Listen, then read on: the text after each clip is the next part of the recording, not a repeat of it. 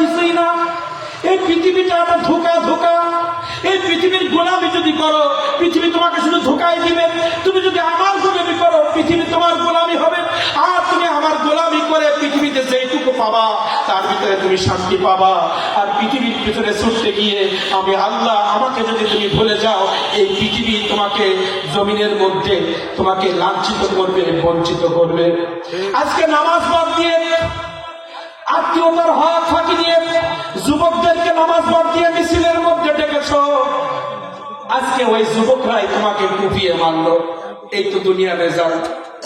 আজ যদি তুমি ওই যুবকদেরকে নামাজে ডাকতে, আজকে যদি তুমি কাউকে জুলুম না করতে, তাহলে পৃথিবীতে বিদায় নেওয়ার পরে ওই যুবকরা তোমার জন্য স্বর্গের পানি ছেড়ে দিত।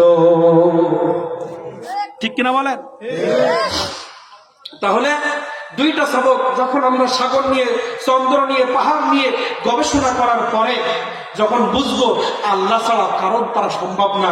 এখন বর্তমান দেখেন না, মাঝে করোনা দিয়ে এই বাংলাদেশিকে জানানো হয়েছে। এই বাংলাদেশে এত হাফেজ, এত আলেম, এত ওলি আল্লাহর মাজার রয়েছে, এত হক্কানি ওলি রয়েছে, আলেম রয়েছে, এখানে ওটা হতে পারে না। ঠিক কিনা বলে? যারা বাড়াবাড়ি করেছিল তারা সব চালাইছে। এখন নিট মুসলমানের তালিকা তৈরি হচ্ছে। পাক্কা মুসলিম, সাক্কা মুসলিম। কোন একদিন, কোন একদিন এদেশের আকাশে কালেমার পতাকা উড়বে।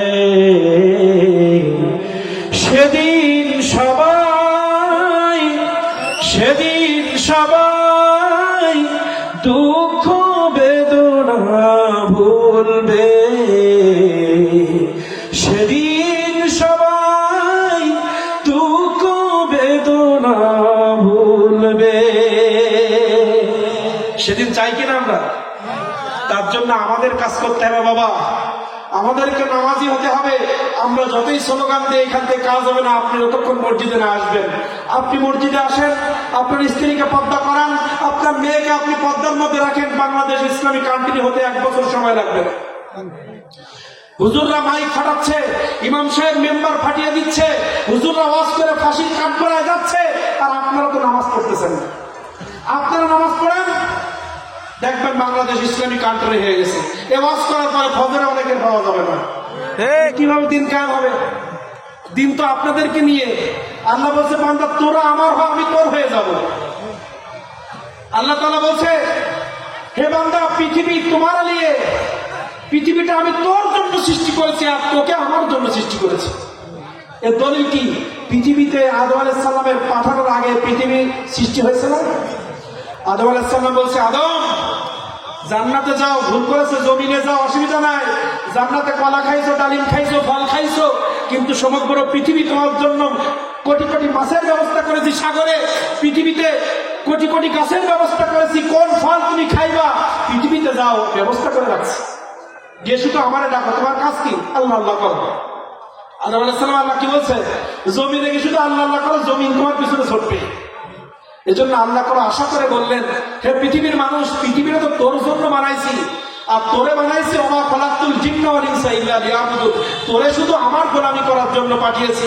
আল্লাহর গোলামি আছে আমাদের? কিভাবে ইসলাম কায়েম হবে? আল্লাহর গোলামি 5 ওয়াক্ত নামাজ, মসজিদে যান, আল্লাহর গোলামি পর্দা করেন, আল্লাহর গোলামি সুদ মুক্ত জীবন করেন, ঘুষ মুক্ত জীবন করেন, মুরব্বীদের শ্রদ্ধা করেন, ছোটদেরকে স্নেহ করেন। এটাই তো আল্লাহর গোলামি। ঠিক কিনা? সেটা কি আছে? নাই। সময় শেষ। যাই হোক, আসলে অনেক কথা বলার ছিল। 1-2 মিনিটের ভিতরে আমি যে মূল আয়াত করেছিলাম তার তর্জমা করে শেষ করছি। আল্লাহ তাআলা বললেন, এই পৃথিবীতে আমি বহু নিয়ামত দিয়েছি। একটু খেয়াল করেন বাবা, আমি এক্ষুনি বিদায় নিচ্ছি আপনাদের কাছ থেকে। আল্লাহ তাআলা বলছেন, সূর্যের আলো নিয়ামত, চন্দ্রের আলো নিয়ামত, আকাশের মেঘ নিয়ামত, মেঘের মাধ্যমে বৃষ্টি হয়। সূর্যের আলো তোমাদের জন্য নিয়ামত। এই আকাশ তোমাদের জন্য নিয়ামত, সমুদ্র নিয়ামত, মাছ নিয়ামত, গরু ছাগল পশু পাখি নিয়ামত, গাছ গাছের নিয়ামত, পিতা মাতা নিয়ামত, স্ত্রী নিয়ামত, সন্তান নিয়ামত, ব্যবসা নিয়ামত, চাকরি নিয়ামত, সব কিছু তোমাদের মধ্যে নিয়ামত আমি পৃথিবীতে পাঠিয়েছি। কিন্তু এই নিয়ামত আল্লাহর কাছ থেকে আল্লাহর প্রিয় বান্দারা যারা জান্নাতি হয়ে এই নিয়ামত পৃথিবীতে ভোগ করেছে তাদের একটা লিস্ট আল্লাহ তাআলা দিয়েছে। তোমার জীবনের স্টাইল যদি এই জান্নাতি মানুষের সাথে মিলে যায় তাহলে মনে করবা দুনিয়ায় যা তুমি ভোগ করেছো সব নিয়ামত, আর যদি এই লিস্টের সাথে না মেলে যা ভোগ করে সব গজব। কেমন গজব? আমার স্ত্রী যদি পর্দা করে মনে করো স্ত্রী আপনার জন্য নিয়ামত, বেপর্দা গজব। কোন সন্তান যদি 5 ওয়াক্ত নামাজ পড়ে আপনার কথা শুনে মনে করবেন ওই সন্তান আপনার জন্য নিয়ামত, কথা না শুনলে গজব।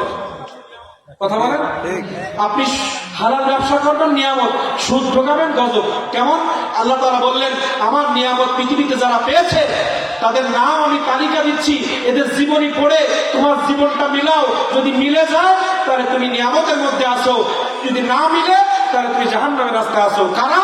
ومن يطع الله والرسول فاولئك مع الذين انعم الله عليهم من النبيين والصديقين والشهداء والصالحين وحسن اولئك رفيقا। এই 4 শ্রেণীর ব্যক্তি আমার কাছে সবথেকে দামি, এরা আমার স্পেশাল নিয়ামত দুনিয়ায় ভোগ করেছে, মৃত্যুর পরে জান্নাতে গিয়ে পরকালের নিয়ামত ভোগ করতেছে। নবীর জীবনী পড়েন, মিথ্যা আছে কিনা?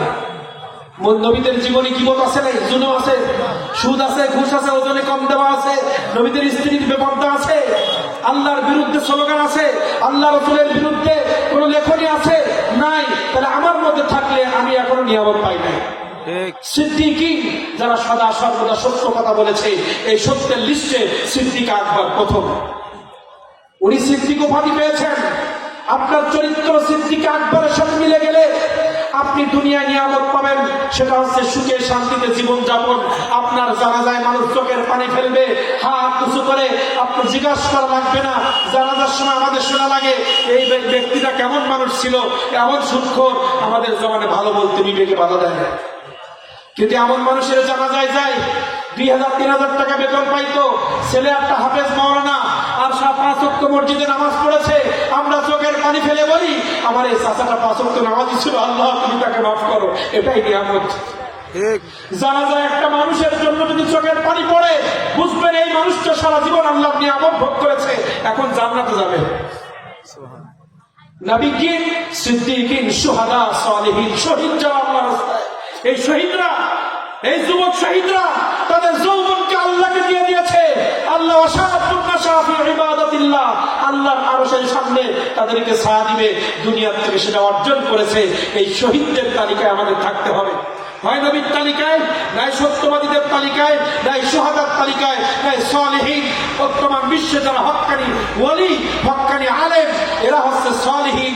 এদের জীবনের সাথে আপনার জীবন যদি মিলে যায় আপনি দুনিয়ায় যান, দুনিয়ায় নিয়ামত ভোগ করবেন, পরকালে জান্নাতে চলে যাবেন। আল্লাহ তাআলা আমাদের সবাইকে তৌফিক দান করুন। ওয়া আখিরু দাওয়ানা আনিল হামদুলিল্লাহি রাব্বিল